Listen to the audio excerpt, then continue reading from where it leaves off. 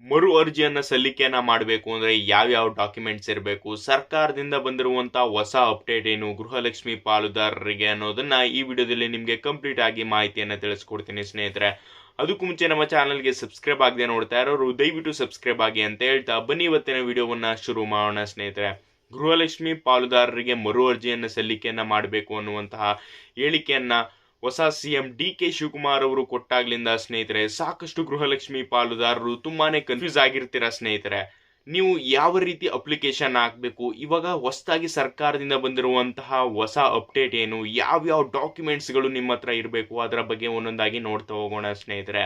ಮೊದಲನೇದಾಗಿ ಸ್ನೇಹಿತರೆ, ಗೃಹಲಕ್ಷ್ಮಿ ಪಾಲುದಾರರಿಗೆ ಮರು ಅರ್ಜಿಯನ್ನ ಸಲ್ಲಿಕೆಯನ್ನ ಮಾಡೋದಕ್ಕೆ ಸ್ನೇಹಿತರೆ ನಿಮ್ಗೆಲ್ಲರೂ ಕೂಡ ಗೊತ್ತಿರುವ ಹಾಗೆ ಸ್ನೇಹಿತರೆ ಏನಕ್ಕೋಸ್ಕರ ಇದು ಮರು ಅರ್ಜಿಯನ್ನ ಸಲ್ಲಿಕೆಯನ್ನ ತಗೊಳ್ತಾ ಇದಾರಪ್ಪ ಅಂದ್ರೆ ಸ್ನೇಹಿತರೆ, ಸಾಕಷ್ಟು ಜನ ತೀರಿ ಹೋಗಿರುವಂತಹ ಗೃಹಲಕ್ಷ್ಮಿ ಪಾಲುದಾರರ ಪಟ್ಟಿಯಲ್ಲಿತ್ತು ಅವರ ಹೆಸರುಗಳು.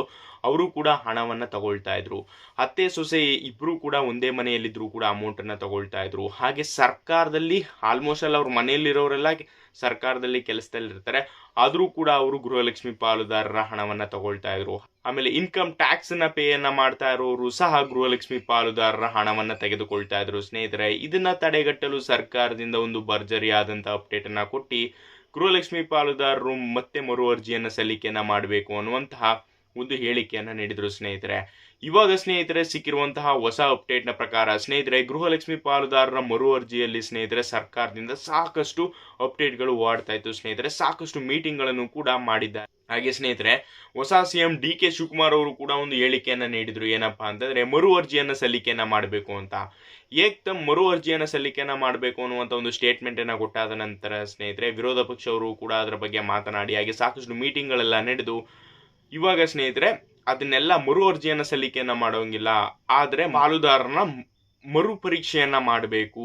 ಏಕೆಂದ್ರೆ ಸಾಕಷ್ಟು ಜನ ಈ ರೀತಿಯಾಗಿ ಅಮೌಂಟ್ ಅನ್ನ ಇಲ್ಲಿಗಲ್ ಆಗಿ ತಗೊಳ್ತಾ ಇದಾರೆ. ಅವ್ರನ್ನ ಚೆಕ್ ಮಾಡಬೇಕು ಅಂದ್ರೆ ಫೇಸ್ ಐಡಿ ಇಲ್ಲ ಬಯೋಮೆಟ್ರಿಕ್ ಕಂಪಲ್ಸರಿ ಅನ್ನುವಂತ ಒಂದು ಅಪ್ಡೇಟ್ ಅನ್ನ ತಗೊಂಡ್ ಬರಬೇಕು. ಇವಾಗ ನೀವು ಫೇಸ್ ಐಡಿಯನ್ನ ಕೊಡಬೇಕು ಅಂದ್ರೆ ಸ್ನೇಹಿತರೆ ನಿಯರ್ ಬೈ ನಾಗರಿಕ ಸೇವಾ ಕೇಂದ್ರಗಳಿಗೆ ಭೇಟಿಯನ್ನ ನೀಡಿ ಅಲ್ಲೂ ಕೂಡ ನಿಮ್ಮ ಫೇಸ್ ವೆರಿಫಿಕೇಶನ್ ಮಾಡಬಹುದಾಗಿದೆ ಸ್ನೇಹಿತರೆ. ಬಯೋಮೆಟ್ರಿಕ್ ಅನ್ನ ಇಡಬೇಕಾಗುತ್ತೆ. ಹಾಗೆ ಡಾಕ್ಯುಮೆಂಟ್ಸ್ ಅಲ್ಲಿ ಸ್ನೇಹಿತರೆ ಕಡ್ಡಾಯವಾಗಿ ಡಿ.ಕೆ. ಶಿವಕುಮಾರ್ ಅವರು ಅವತ್ತೇ ಹೇಳ್ಬಿಟ್ರು ಸ್ನೇಹಿತರೆ. ಸಿಎಂ ಆದ ಮಾರನೆಗೆ ಒಂದು ಸ್ಟೇಟ್ಮೆಂಟ್ ಅನ್ನ ನೀಡಿದ್ರು. ಯಾರು ಕರ್ನಾಟಕದಲ್ಲಿದ್ದು ಗೃಹಲಕ್ಷ್ಮಿ ಪಾಲುದಾರರ ಹಣವನ್ನ ತೆಗೆದುಕೊಳ್ಬೇಕು ಅಂದ್ರೆ ಕರ್ನಾಟಕದಲ್ಲಿದ್ದು ವೋಟಿಂಗ್ ಪವರೇ ಇಲ್ಲ ಅಂದ್ರೆ ಅವ್ರಿಗೆಲ್ಲ ಏನಕ್ಕೆ ನಾವು ಗೃಹಲಕ್ಷ್ಮಿ ಪಾಲುದಾರರ ಹಣವನ್ನ ಕೊಡಬೇಕು, ಗೃಹಲಕ್ಷ್ಮಿ ಪಾಲುದಾರರ ಪಟ್ಟಿಯಿಂದ ಅವ್ರನ್ನೆಲ್ಲ ತೆಗಿತೀವಿ ಅಂತ ಅವತ್ತೇ ಸ್ಟೇಟ್ಮೆಂಟ್ ಅನ್ನ ಕೊಟ್ಬಿಟ್ಟಿದ್ರು ಸ್ನೇಹಿತರೆ. ಆದ್ದರಿಂದ ಸ್ನೇಹಿತರೆ ನೀವು ಮರು ಅರ್ಜಿಯನ್ನ ಸಲ್ಲಿಕೆಯನ್ನ ಮಾಡಬೇಕು ಅಂದ್ರೆ ನಿಮ್ಮ ಹತ್ರ ಕಂಪಲ್ಸರಿಯಾಗಿ ವೋಟರ್ ಐಡಿ ಇದ್ದೇ ಇರಬೇಕು ಸ್ನೇಹಿತರೆ. ಹಾಗೆ ಕರ್ನಾಟಕದ್ದು ಯಾವುದಾರ ಒಂದು ಬ್ಯಾಂಕು ಸ್ನೇಹಿತರೆ, ಕಾವೇರಿ ಗ್ರಾಮೀಣ ಬ್ಯಾಂಕ್ ಆಗ್ಬೋದು, SBI ಆಗ್ಬೋದು, ಯಾವುದಾರ ಒಂದು ಬ್ಯಾಂಕು ಆದ್ರೆ ಅದು ಅಡ್ರೆಸ್ ಬಂದು ಕರ್ನಾಟಕದಲ್ಲೇ ಇರಬೇಕು ಸ್ನೇಹಿತರೆ.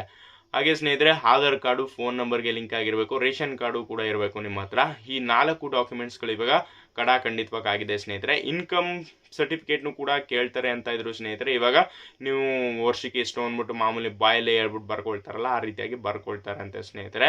ಮೊದಲಿಗೆ ಅಂಗನವಾಡಿ ಕಾರ್ಯಕರ್ತರು ಮನೆಗೆ ಭೇಟಿಯನ್ನ ನೀಡಿ ಅರ್ಜಿಯನ್ನ ಸಲ್ಲಿಕೆಯನ್ನ ತಗೊಳ್ತಾರೆ ಅಂತ ಹೇಳಿದ್ರು ಸ್ನೇಹಿತರೆ. ಇವಾಗ ಸ್ನೇಹಿತರೆ ಅಫಿಷಿಯಲ್ ಆಗಿ ಯಾರು ಕೂಡ ದುಡ್ಕೋಕಂತೂ ಹೋಗ್ಬೇಡಿ ಸ್ನೇಹಿತರೆ.